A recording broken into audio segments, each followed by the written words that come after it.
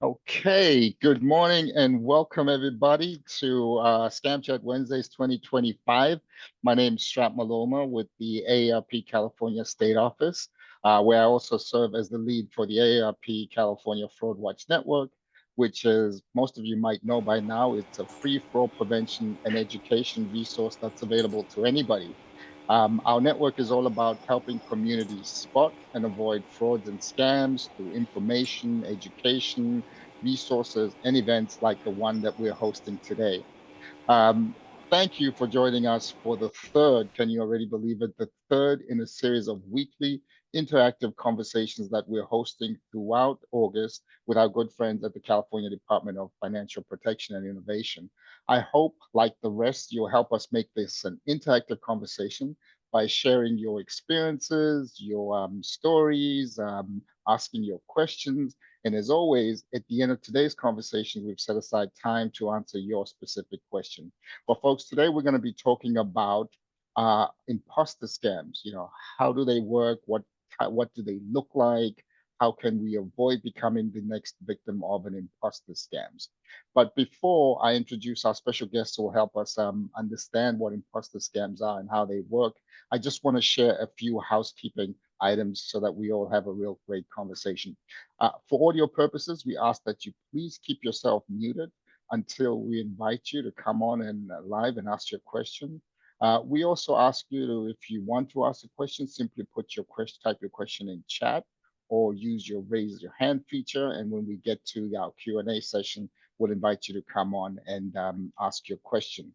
Um, Lastly, we just want you to know that today you're going to hear from the California Department of Financial Protection and Innovation, as well as the AARP Fraud Watch Network. But please, the opinions expressed by our speakers are those of our speakers and may not necessarily represent those of their agencies. We share this information for educational purposes only. I also want folks to be aware that as we talk about imposter scams, it's imposter scams are really one of those scams which are really pervasive. They really make us lose a lot of money, and it can be very dangerous.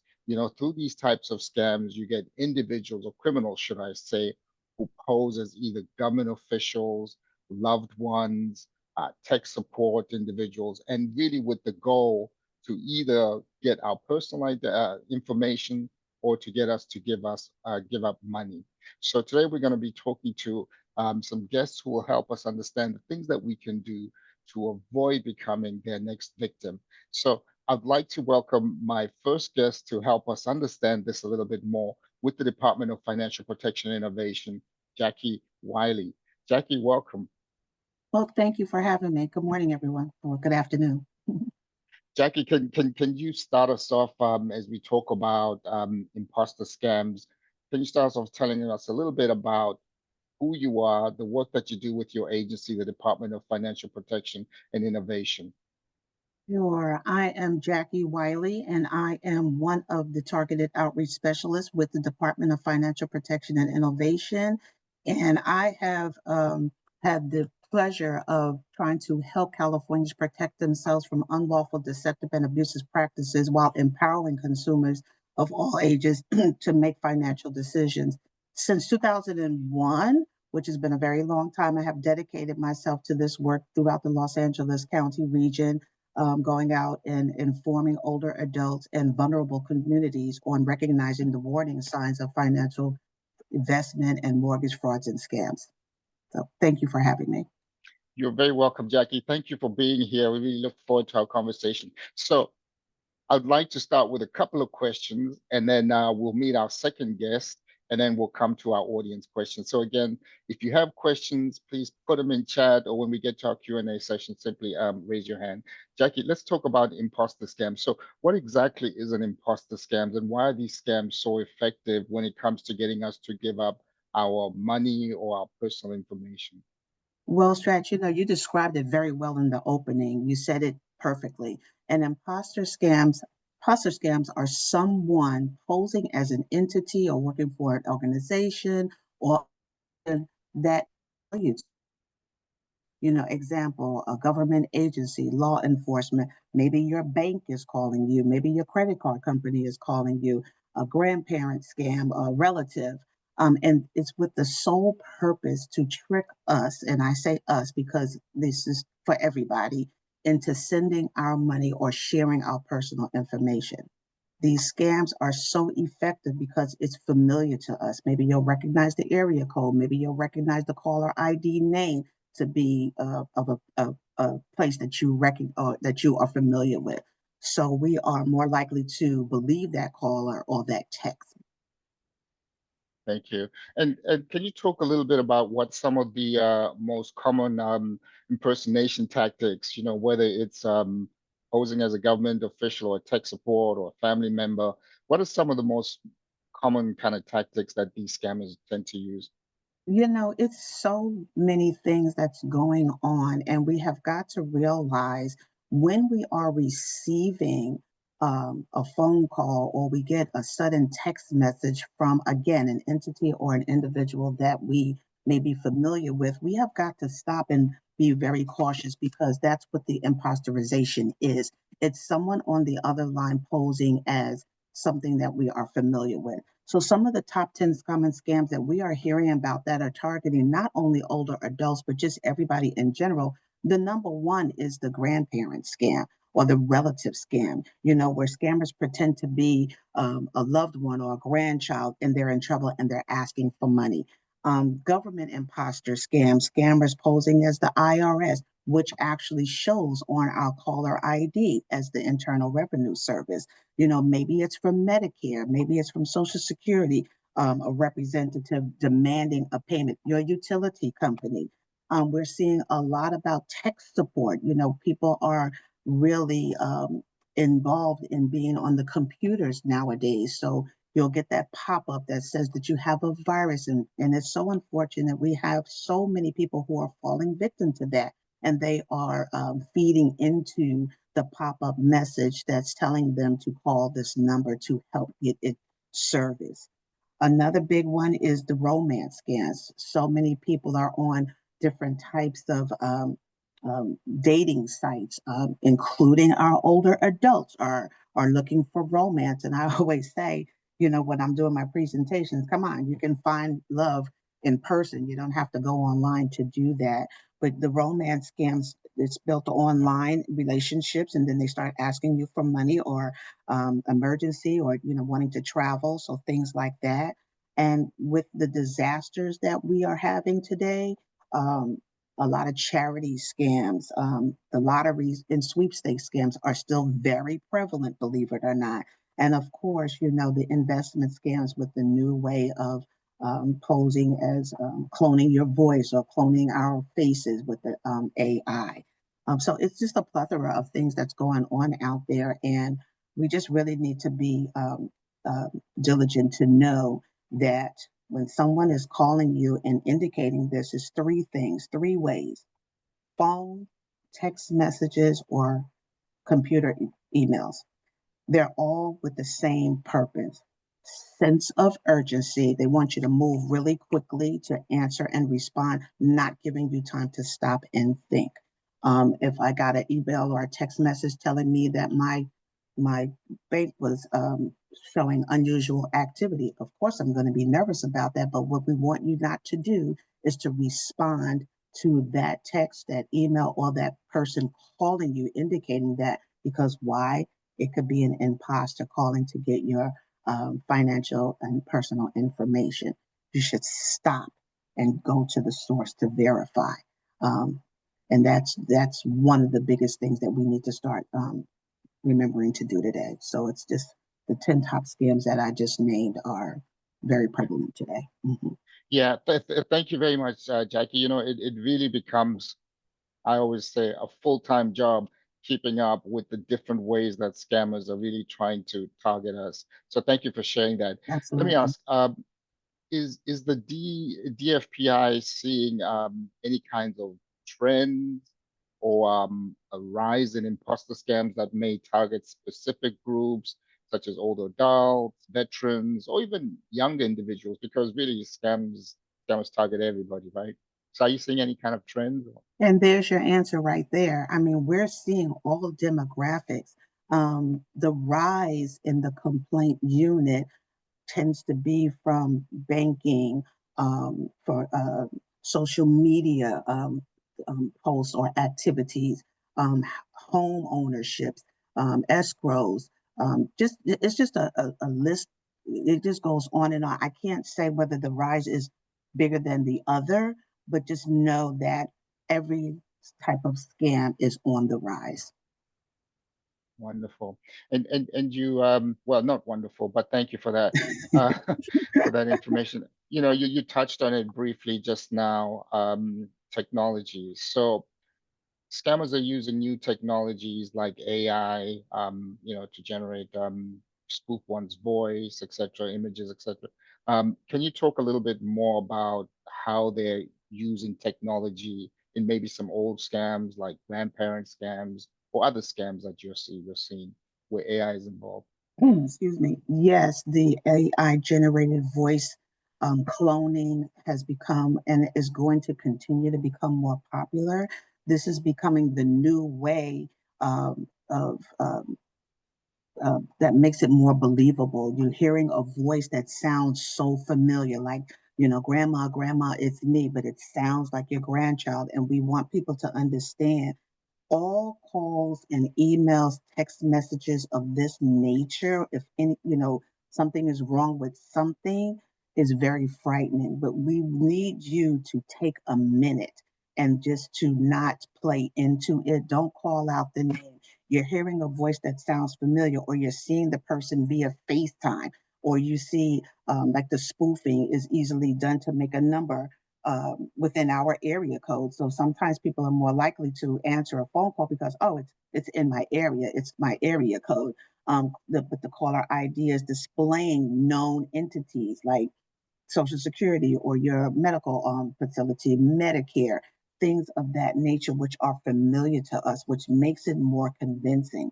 So we have to know that imposters come with a bag of tricks, and the AI generation, um, uh, it makes it more convincing and more likely for us to feed into it because it sounds real. And I'm looking, looks like, but just please know that we all these things are frightening, and we must take a breath and again verify by going to the source.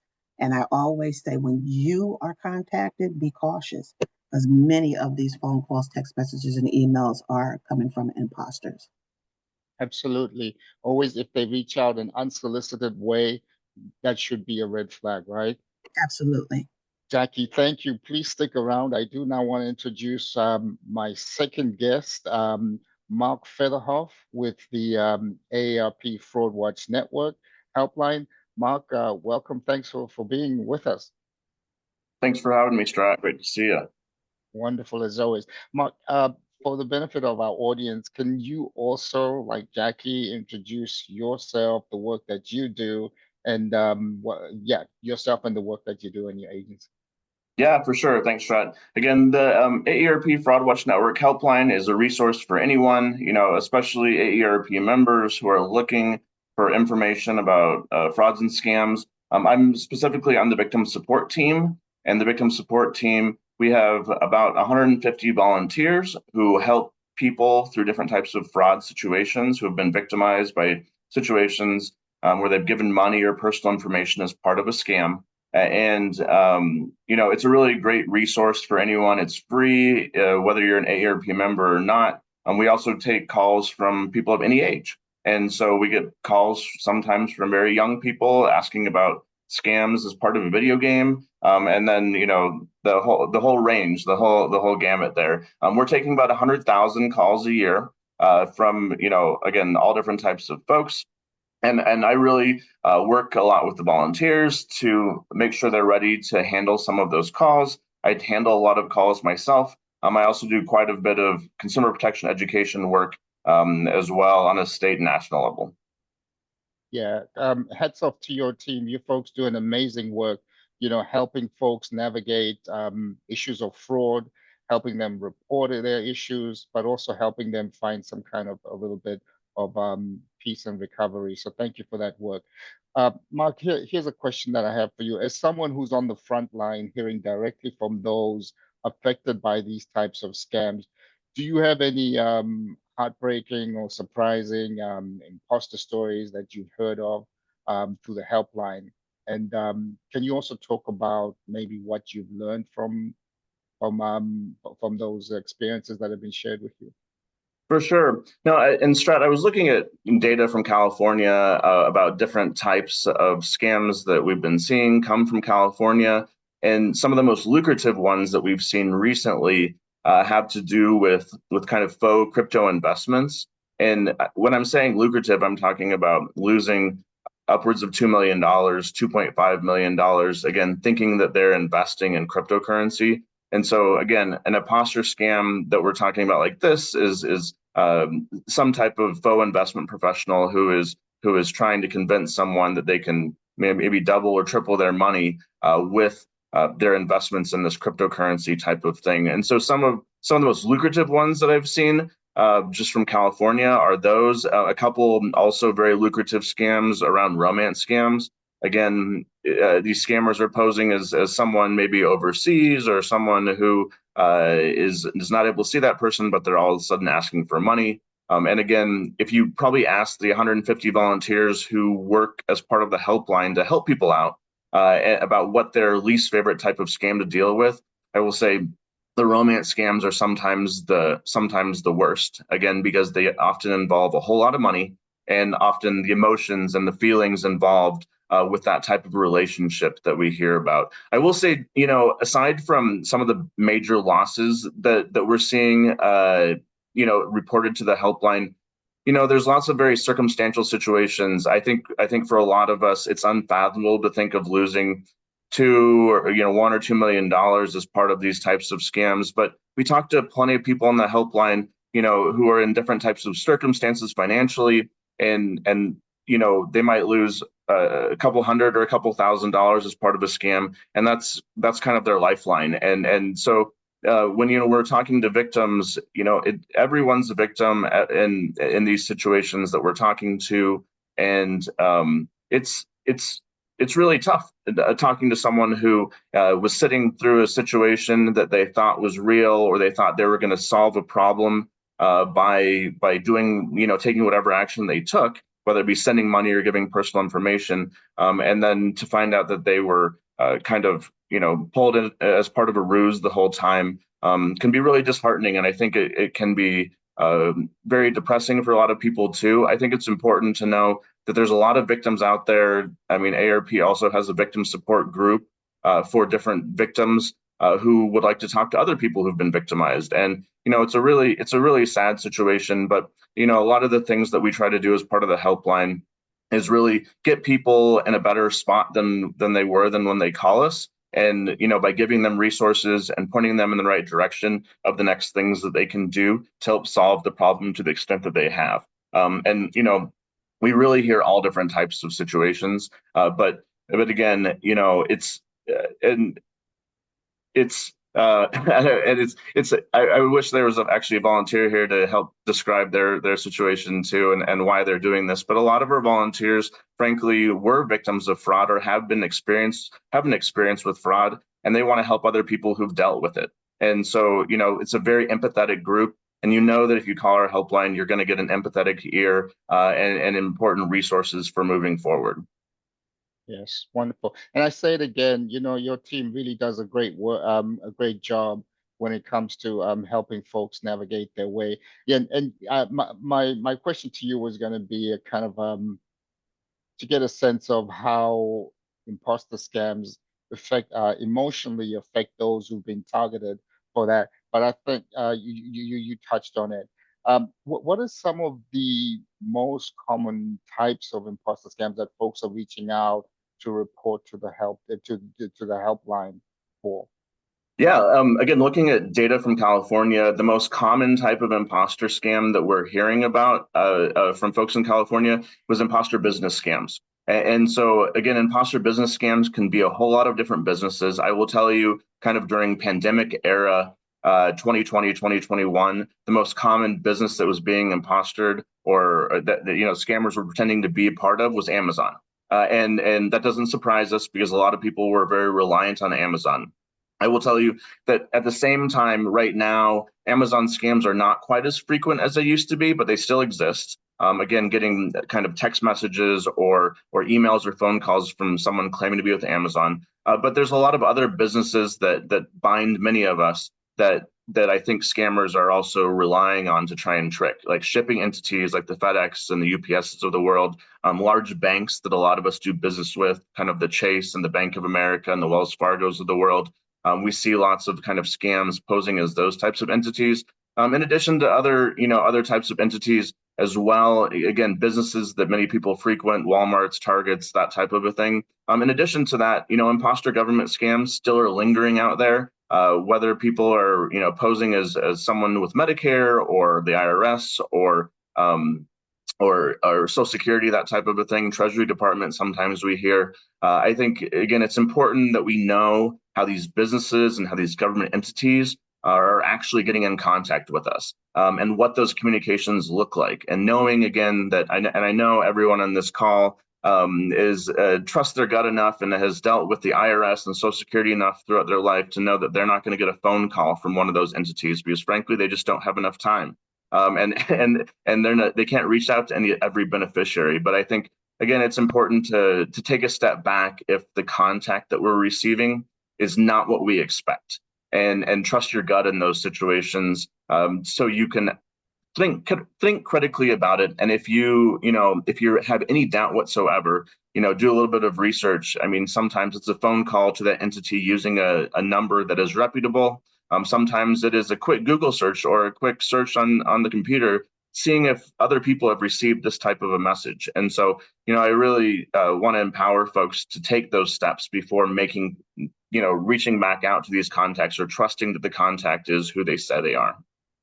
Absolutely. Absolutely. I think, the issues of emotion, urgency, secrecy, those are kind of things that scammers rely on to get us to act fast without thinking, before we have an opportunity to think whether what we're experiencing is a fraud or a scam. So let me take some questions from our audience. I'd like to invite Terry Jackson. Terry, are you on with us? Would you care to unmute yourself and come on and either ask your question? Let's give Terry a second. Terry, you on? There we go. All right. Now you can hear me. Yes. Thank you for being with us, Terry. Thank you. I also wrote in the comments that my father was the victim of a "you've won money, just send money to get this money" scam. And he was 85, and I tried very hard to let him know it was a scam, but the only ones that could convince him was AARP's helpline. I said, please talk to AARP, and they finally talked to him, because what these people do is they become your friend. And my dad said he was so nice, he was so kind. I believe him, I want to do it. So my question is, once either someone is a victim of it, or once you identify a scam and you're not a victim of it, is there a way to report it where you can get something done? I mean, people say call the FBI, et cetera, but they said they couldn't do anything. So is there a place that we can report these when we see them? Like, this is bad. I know it's bad. I want to tell someone about it. Mark, what would you how would you respond to Terry? Thank you for your question. First, Terry, thanks for sharing your story, and I really am happy to hear that the helpline was helpful in the fraud journey for your father. I mean, those sweepstakes scams. When I started doing this job about 10 years ago, I thought those sweepstakes scams were something that I could stop because there's easy rules around it, like never send money to receive money. But at the same time, it also feels like a gamble. And just like you said, the people are being so nice in a lot of situations, and they build a rapport, and people who might have a little bit of extra time and are accepting those phone calls susceptible to that type of situation. And so I'm glad the situation ended up okay for your dad. And one of the things that I think about when that scam comes up now is that Publishers Clearinghouse recently in April filed for bankruptcy. And I wish more people knew that, because so many times the name Publishers Clearinghouse is used. They're not gone for good, but they still exist out there. And I wish people knew that, because they would probably know that that money is not coming. And so many times scammers are using that PCH or Publishers Clearinghouse name. In terms of reporting, though, Terry, I think one of the things that is very frustrating is just the amount of scams that are going on. I can't go a day without getting a phone call or 30 text messages or emails that are scams, and it's very frustrating. And it's like, can't someone do something about all of these? And so many of them are coming from overseas. I do encourage reporting as much as you can. I know that we would maybe spend all day reporting if we were trying to report every text message or every phone call that was coming in, which just seems very exhausting. But a lot of times what I tell people is, if something is very different, or if something seems extra sneaky, that's a really important time to report it to somebody. And you can report it to our helpline. You're obviously familiar with the helpline. You can report it to state agencies. Obviously, Jackie and her team are going to love to take those reports. Attorney General's offices, Federal Trade Commission, FBI. But at the same time, too, I think that, I know you want to see some action on these, as part of these types of scams. And depending upon the situation, again, talking to local law enforcement is a good step to take too. Again, just depending on what type of scam it was. But so many of the scams too that we're hearing about, and Jackie might have a perspective on this, are coming from overseas, and they are hard to stop everyone. And I know that the FBI has agents in hot spots where scams start, but at the same time, and so we need to know that, we need to find out about that as they come. But at the same time, they're just continuing to do this type of a thing, and the scammers just have a lot less regulation than we have in terms of stopping that type of a thing, because they don't care. They're just trying to get our money and our information, and it is very frustrating. And so I appreciate you asking that, but I do encourage you to continue reporting to proper authorities as much as possible, especially when you think it's something different or something extra tricky, so we can keep getting the word out about it. Absolutely. Great advice. Thank you. And Terry, also, we have a wonderful scam tracking map where you can report situations like this. And what that does, it helps others become aware of it. And that's, work that we're doing, sharing and keeping each other informed about how these scams work, how you can avoid it, etc. So thank you for sharing that. Jackie, did you want to weigh in before we go to our next question? I did. Thank you for asking. And again, thank you, Terry, for sharing your story about your dad. And Mark, said a mouthful. It's very frustrating, and we can report all day long. But when one reports, it does help another individual. You guys are our eyes and our ears out there, because we try to watch as much as we possibly can with the DFPI. Our mission is to bring down these bad actors that are doing undeceptive and predatory lending and breaking the laws, but we won't know it unless it's reported. The other thing I wanted to say too is each one teaches one. So again, if you're reporting it and you share the story like you're sharing on this platform today, that will help. That could help another individual be more cautious when it comes to that situation. And I want to just say that I used to play into the Publishers Clearinghouse. When I was new to California, and I was living in an apartment, and back then you had to buy the magazines, and each time you bought, you were climbing up the ladder. And my husband said to me, he was like, "You're never going to win," So that's one thing. And the second thing I want to also bring up is the fact that these publishers, clearinghouses, and the like, when we see a celebrity that is endorsing or seeming like they're endorsing or they're advertising these things, we tend to believe that it's going to work. So just don't allow celebrityism, if that's a word, to steer you into playing into it or buying into it because of who they are. So just continue to keep an eye out for us, and we do the best that we can in trying to stop these bad actors as much as we can. Thank you. Wonderful. Thank you, Jackie, and thank you, Mark, for that great advice, and to you, Donna, for the question. So, Terry, for the question. I'd like to invite Donna Abate, Donna Johnson, if you're on, please unmute yourself and come on and ask your question. Hi. Hi, Donna. Thank you for being here. Please go ahead and ask your question. Okay, I just wanted to say thank you, Strat and Jackie and Mark, because I always learn something from these events, so I appreciate it. But my question is, I get so many texts, I'm sure like everyone else, emails, phone calls, and a lot of times I'll go in and I'll try to block them. I'll go into text, look for the phone number and try to block it, or unsubscribe to emails. But I'm wondering if that is opening up a can of worms and engaging them and I'm getting more. Is that the right thing to do? I've even emailed, taken pictures of text and emailed it to report phishing. But I just don't know if that's the thing to do or just to leave them alone and delete them and not touch them. Thank you, Donna. Let's hear from Mark and Jackie what they can advise. Mark, care to go first, and then we'll hear from Jackie.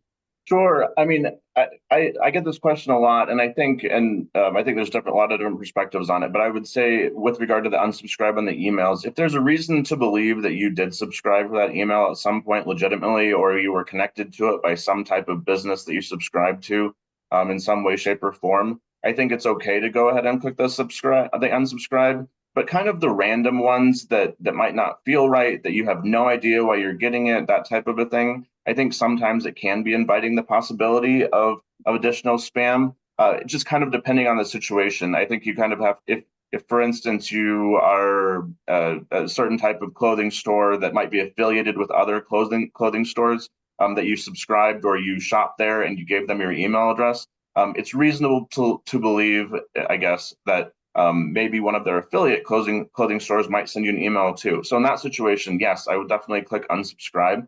But in other situations, if you're all of a sudden getting dog food, dog food something, and you don't have a dog, it might be a little bit off. But again, I would also look at the email address that it's coming from and that type of a thing. In terms of the text messages, I would say again, the scammers change the numbers so frequently and they spoof the numbers so frequently that if you get the same one over and over again, those are the ones that I tend to block. But so many of them are just changed every day. Again, I get the same phone call every day about issues with my taxes, and it's coming from a different number every day. And so I don't think it necessarily helps for me to block those calls, and just because I seem to be a target that seems to be coming from a different phone number every day.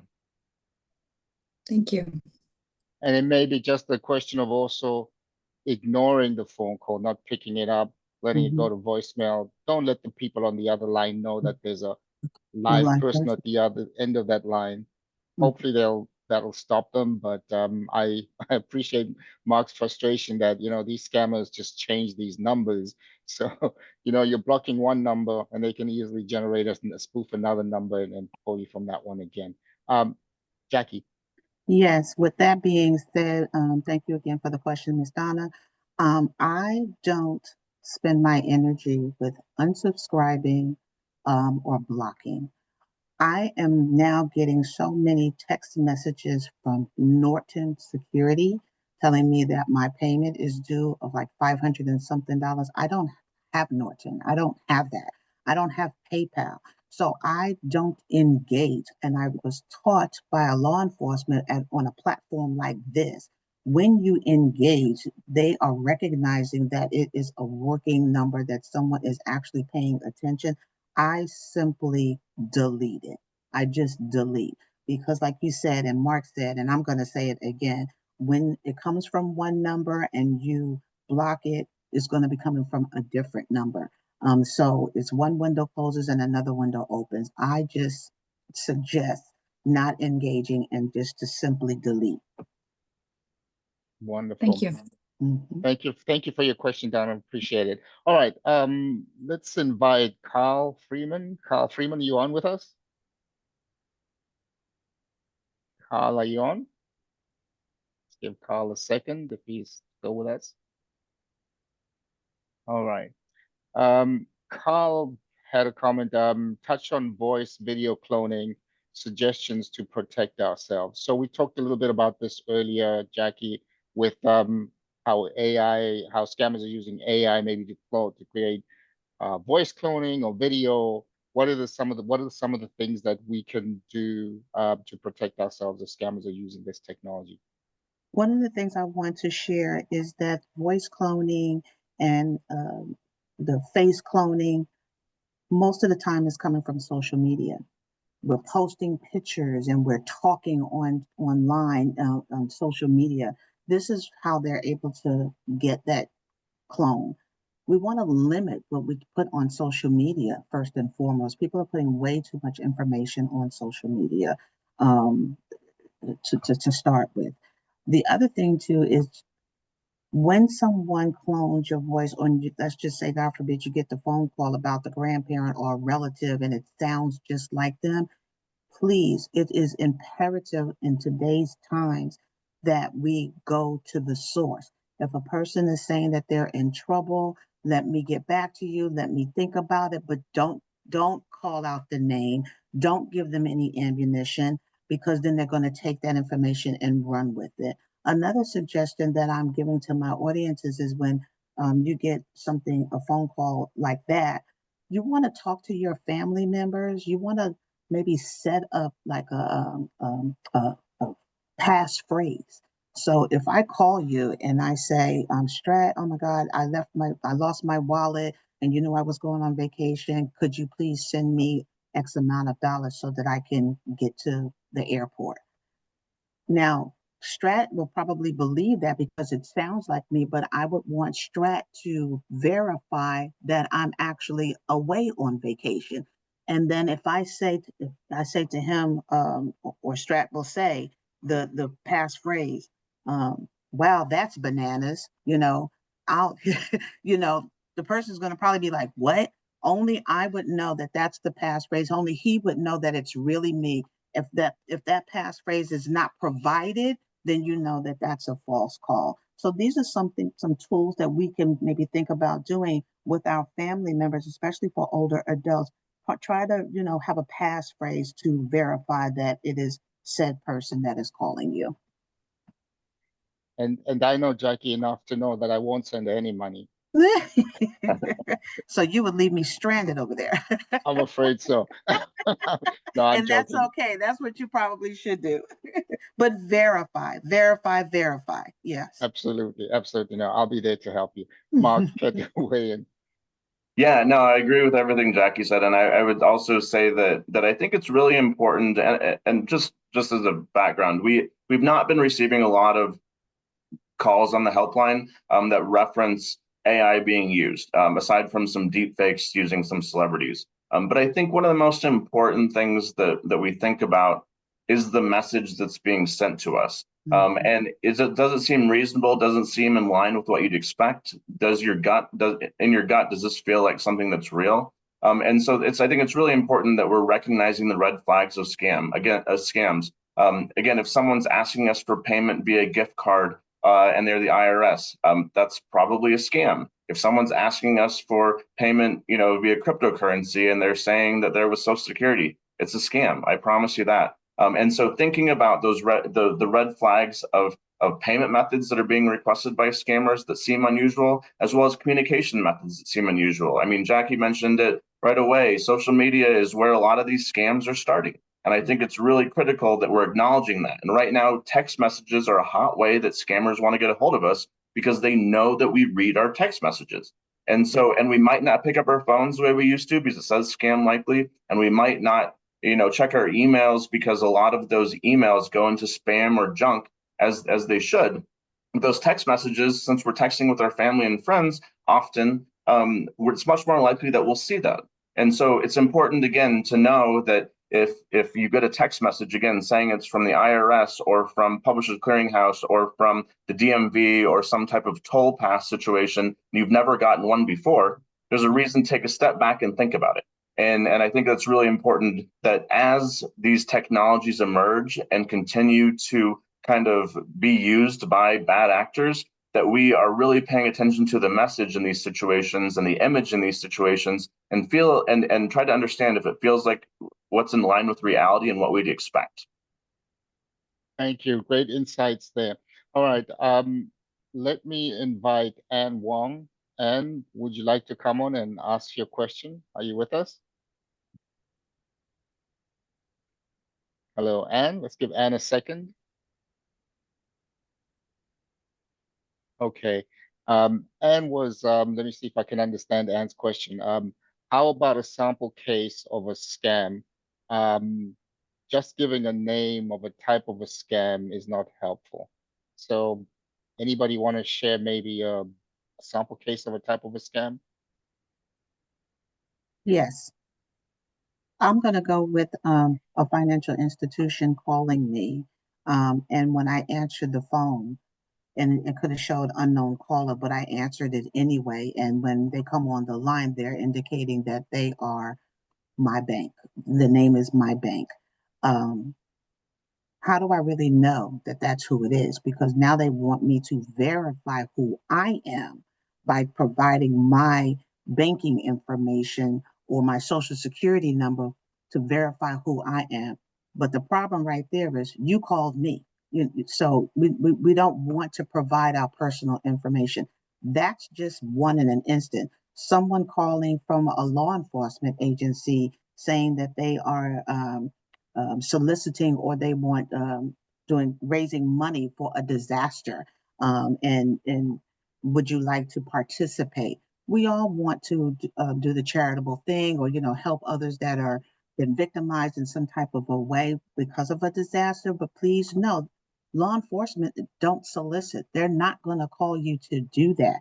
So those are two things that you should know. Last thing, we're hearing so many people fall victim to the utility scam. Someone calling, identifying themselves as being in the delinquent department of your utility company. And if you don't send payment or make a payment right now today before 5 p.m., your services are going to be cut off. You have to stop and think. You know that the utility company, like Mark said earlier, we don't have time to contact people to remind them that their utility bill is late or delinquent. First of all, there's no delinquent department, and you're going to get notified in the mail with a past due notice printed on top of your bill. So please be mindful of um, commonly known places and companies and entities that we frequent or that we know of, that could possibly be calling us, but always, always, always go to the source and verify it yourself. You are to hang up and call your utility company and say, hey, I got a phone call. I paid my bill. Maybe I forgot to send the check, whatever. But you go to the source to verify it yourself. I hope that's helpful. Yes, thank you, Jackie. Mark, did you want to weigh in on this? Yeah, I mean, we honestly have so many different types of scams that are coming in all the time. I was just thinking about one that keeps on bugging me. I got a text message from someone saying, "Hey, I got a job for you." Someone who I've never talked to before, and I just got a random text message out of the blue. And I think what's going on right now is the appeal for different and alternative types of work is making scammers gravitate towards employment scams. And I'm sure there's people on this call who've gotten a random text message or maybe a message on social media that says, "Hey, are you looking for a job where you can work from home and do all these wonderful things, and we'll pay you an ungodly amount of money." And so, like I shouldn't be doing, but I do because it's part of my job from time to time. I play along with these people and see what the end game is on these. And, I responded just one time, and this person has been just messaging me day after day. Now they're sending me pictures of their coffee cup and all this crap. I think that's just an example of and I'll use an employment scam again as an example, but we hear about this a lot. And employment scams, I think, are really bad because people are in vulnerable positions, and there are people out there who post their resumes out online, and there's a ton of information in your resume that a scammer could generate information about you, knowing your interests and knowing what type of job you're looking for. And so again, unsolicited contact, again, talking about employment is a really dangerous thing in a lot of situations because again, they might know a lot about you because you're trying to put yourself out there. They might have fake job postings. They might be searching, again, websites where they have kind of clearinghouses of people's resumes who are looking for jobs. And so just understand the risk. And I think, and again, people might be in a very tough position looking for a job because they need to get a job to pay the rent and pay their bills and that type of a thing. But just knowing that there's so many bad actors out there, as part of employment scams, I think is really important. And I've talked to way too many people who have kind of been in that situation where they maybe asked for an initial investment, or they were sent a fake check as part of an employment scam, and then they end up, in a much worse situation than they started, and they were already not in a good position already, because they were, desperately searching for a job in some situations. Absolutely, great insights. And also, if I can just add, it may not necessarily be money that a scammer is after, but maybe your identity, your personal identifiable information, so that they can go use your social security to commit, or your identity to commit other fraud in your name. So folks may not necessarily feel like at the time that they've lost something, but they may have lost their identity. Okay, I'm going to invite Sharon Miller to come on. If Sharon, are you on? I think you have a question about social media. Are you on, Sharon? Sharon, we'll give Sharon a second. Hi. Okay.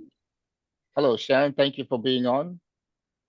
Yes, I wonder if the more social media you have, the more likely you are to be scammed. I have Facebook and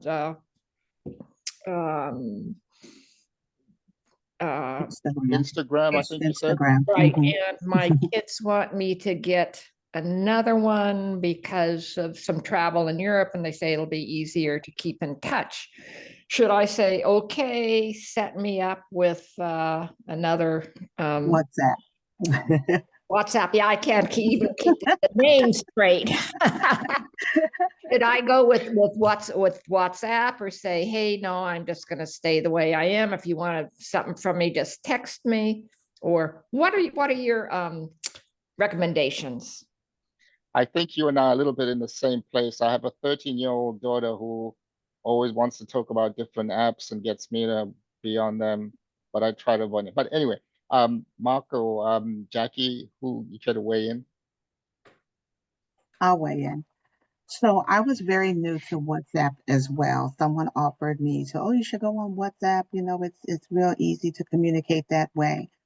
I am a firm believer that WhatsApp is a good thing, Ms. Sharon, if you're going to be traveling. You are going to only be communicating with people that you know on WhatsApp.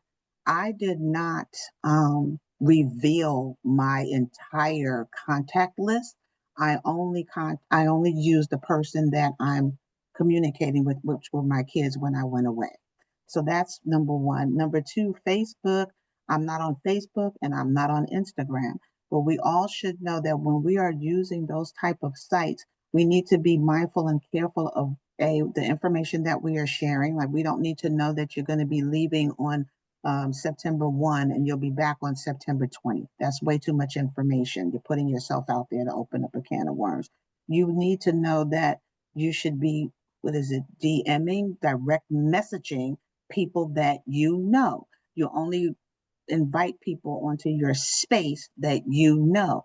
Anything on the outside of that, I wouldn't be communicating with them. So that's my thought on that. Thank you. Thank you, Jackie, and thank you, Sharon, for that question. Mark, before we go to Leslie, did you want to add anything? Yeah, I mean, I totally agree with Jackie, and I think it's a great tool for, especially if you're traveling abroad. But it is important to know that a lot of scammers use these different methods as a way of contacting folks as well. And so, just like Jackie said, making sure you're maintaining the list and only talking to your known contacts, just like you would on social media, is critically important in these situations. I talk to so many people, and I think people get scared off by a lot of the technologies that are out there, like the WhatsApps and the Hangouts and the different types of ways, and the Facebook Messenger and that type of a thing, because they've had bad experiences, or there are scammers who are contacting them through those methods, and it just seems like one extra thing to work with. And so I think, again, if you have a very specific reason, and obviously you trust your children's advice in this situation and how you're going to communicate while you're abroad, I think it's a really great tool to use. I will say, I was recently traveling abroad for quite a while, and there are a lot of phone companies now that don't charge extra for text messages too. So investigate what your phone provider allows, especially if you're not comfortable with this, because I know not everyone's going to be comfortable with new ways of communicating, especially when you're on the other side of the world. But investigate what services are provided with your phone service as well, because I was shocked to realize that texting was free for me in a lot of the places that I was traveling to. Good advice. Great. Leslie Gillum, are you on? Speaking about new I technology. am. Leslie, thank you for being on. Please go ahead and ask your question. I believe the question that I was asking at the time, first of all, thanks so much to all of you. I've learned so much over the last few sessions, and in theory, I'm an educated person, but clearly not.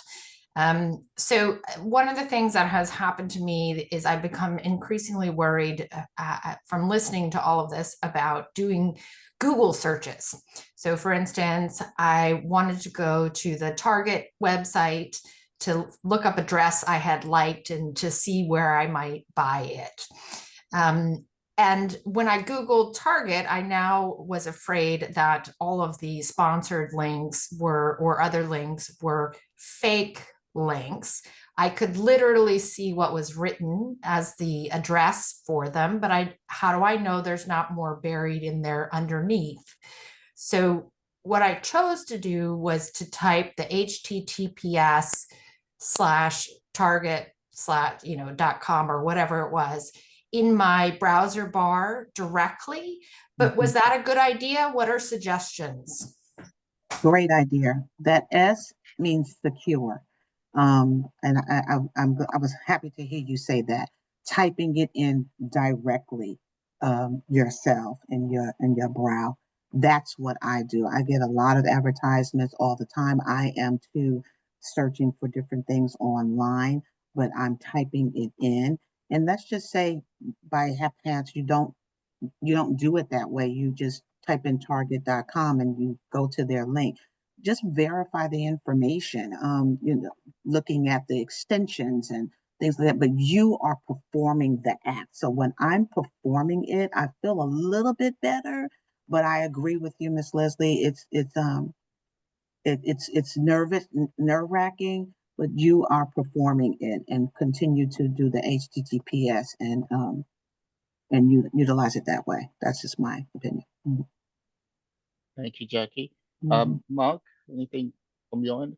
Yeah, Leslie, I think a lot of people get freaked out because you might go to a news site or another site that you visit on the internet frequently, and all of a sudden that dress from Target is in the sidebar as an advertisement, and you're like, what the heck? I feel like it's Big Brother everything, and I try not to get too paranoid about that. The same thing happens to me. I'm looking for a new jacket or something like that, and all of a sudden I go to the CNN or something like that, or another website, and all of a sudden that jacket is right there looking at me. And marketers know that's how they get people to not forget about that purchase that you might be making.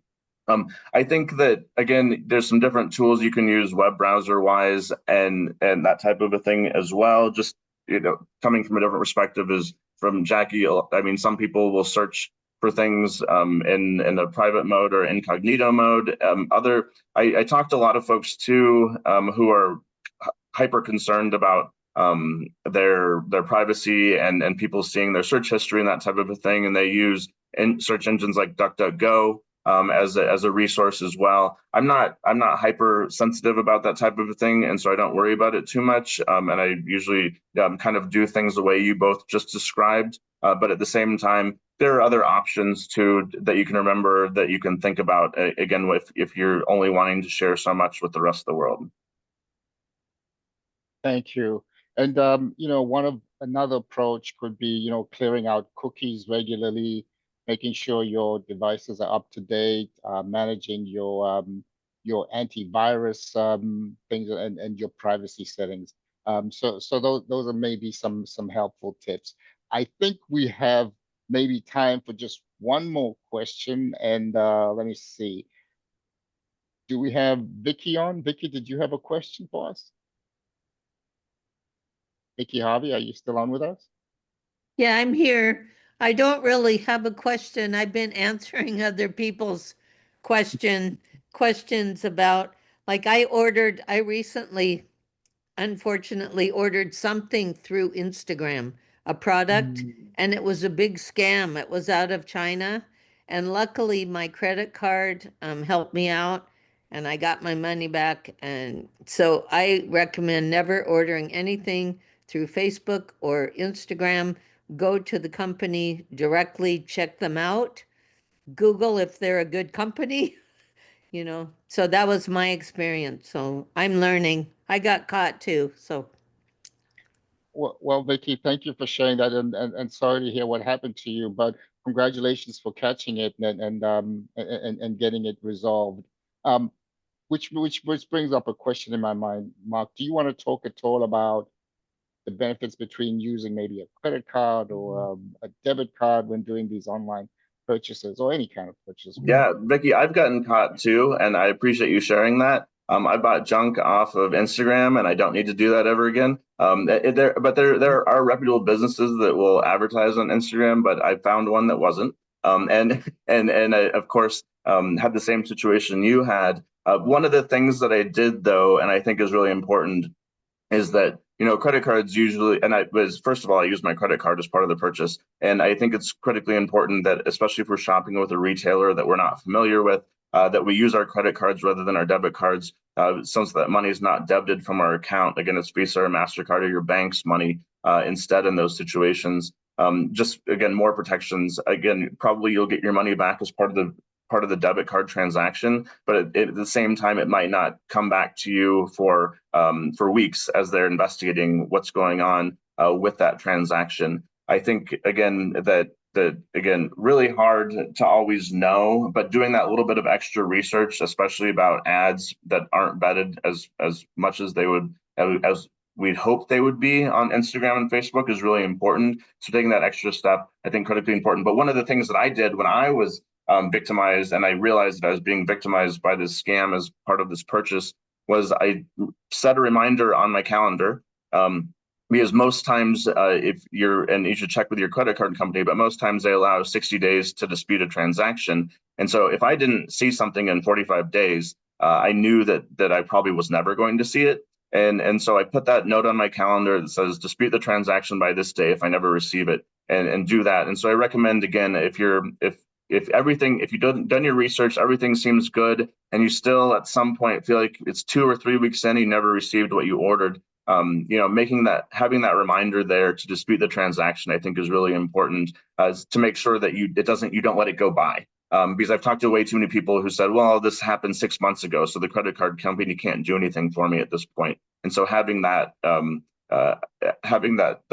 reminders, I think, is important. Thank you, Mark. Thank you. Unfortunately, I think I could talk with you folks for hours, and I think we also have a great audience with really great questions that get us to think about all these challenges and how to address them. But unfortunately, we're out of time. So I do want to thank my special guest for today's conversation, Mark Featherhoff with the AARP Fraud Watch Network, as well as Jackie Wiley with the California Department of Financial Protection and Innovation, for spending their time with us, answering our questions, and giving us all this real great, wonderful, and helpful advice to help us stay safe. I also want to thank you for joining us and asking these great questions that gets us to think how we can protect each other and keep each other safe from fraud and scams, but also sharing your experience. Also, my colleague behind the scene, Marissa, who's helping us with the slides and managing the questions and putting these events together. So thank you to her too. Thank you, Marissa, for that. I do just want to share a couple of some resources that are available that you see on your screen through the AARP Fraud Watch Network. Following today's conversation, you will get an email with these resources. If ever you have a question about fraud, need to speak to anybody, or just looking for fraud prevention and education resources, AARP Fraud Watch Network is a great place to reach out to, as is the California Department of Financial Protection and Innovation. I hope you'll be able to join us for our last conversation, which we'll be hosting next Wednesday. and this will be on elder financial exploitation. So please join us. We'll also be adding a little bit of a conversation about Alzheimer's and dementia and how that plays into that. So join us. To register, please simply visit Scam Chat Wednesdays 2025 on our page to register. So thank you very much for being with us, and this concludes today's conversation. Bye-bye, everybody. Bye. Thank you. Question.